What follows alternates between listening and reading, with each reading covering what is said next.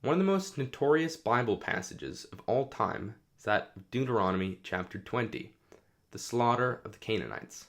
This is when God commands the Israelites to go into the land of Canaan, which is now Israel, and claim it for themselves, effectively extinguishing its inhabitants, the Canaanites, in the process. This has caused a lot of controversy. It's been a major flashpoint for biblical scholars and for atheists who argue that the God of the Old Testament is not, in fact, a loving God. He's a cruel and merciless one. So let's take a look at the actual passage. When the Lord your God delivers it into your hand, put to the sword all the men in it. As for the women, the children, the livestock, and everything else in the city, you may take these as plunder for yourselves. And you may use the plunder the Lord your God gives you from your enemies. This is how you are to treat the cities that are at a distance from you, and do not belong to the nations nearby. However, in the cities of the nations the Lord your God is giving you as an inheritance, do not leave alive anything that breathes.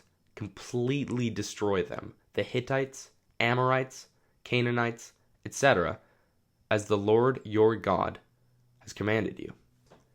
Now, there have been a couple popular defenses to this, and explanations of why this kind of language would be used. One of them is hyperbole. Oh, well, when he says wipe out everything that breathes, he doesn't mean everything that breathes. He just means some people. But first of all, I don't find this particularly compelling because we know from the later passages that women, children, men, innocent people were in fact killed in large number as a result of what was said here.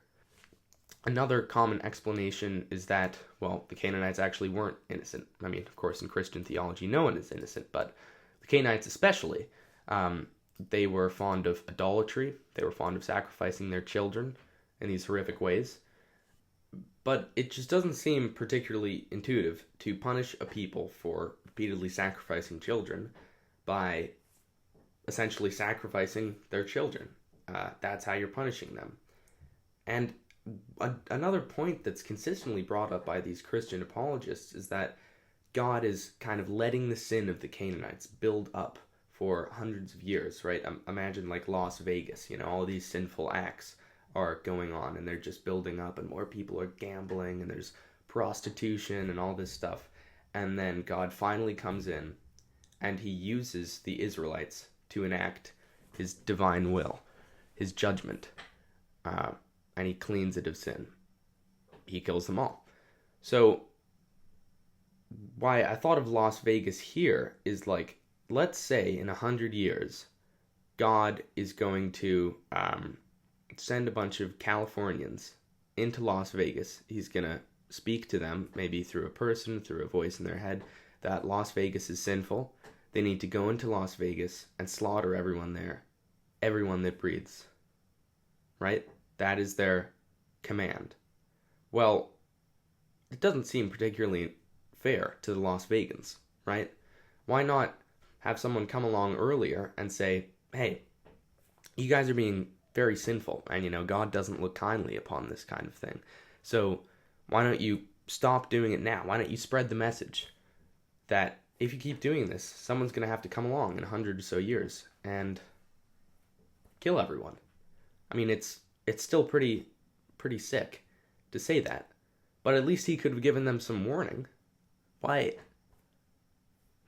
It seems a pretty baseless waste of human life. And it's pretty disturbing. But by far the most disturbing kind of explanation is the one that doesn't even try to really make sense of this at all. One that doesn't really acknowledge that these are actual human lives. These are women and children. One that just says, God can play God. And this is exactly the kind of response that we see from John Piper on his show Desiring God. So here it is. Why was it right for God to slaughter women and children in the Old Testament? How can that ever be right? Yeah. It's right for God to slaughter women and children anytime he pleases. God gives life and he takes life. Everybody who dies dies because God wills that they die. So God is taking life every day. He will take 50,000 lives today. And everything he does is just and right and good. God owes us nothing. Now you add to that we're all sinners and we deserve to die yesterday and go to hell. The fact that we're even breathing today is sheer common grace. Now, I think this clip speaks for itself very well, actually. But just to outline what he's saying here, not only does he say that God can take, literally he says God can slaughter innocent women and children anytime he pleases. He extends this to the unfortunately common Christian point of, well, actually, God owes us literally nothing. He brought us into the world. He can take us away. And we all deserve to die. Not only do we all deserve to die, we all deserve to burn in pits of fire for eternity. It's only through grace that we are saved.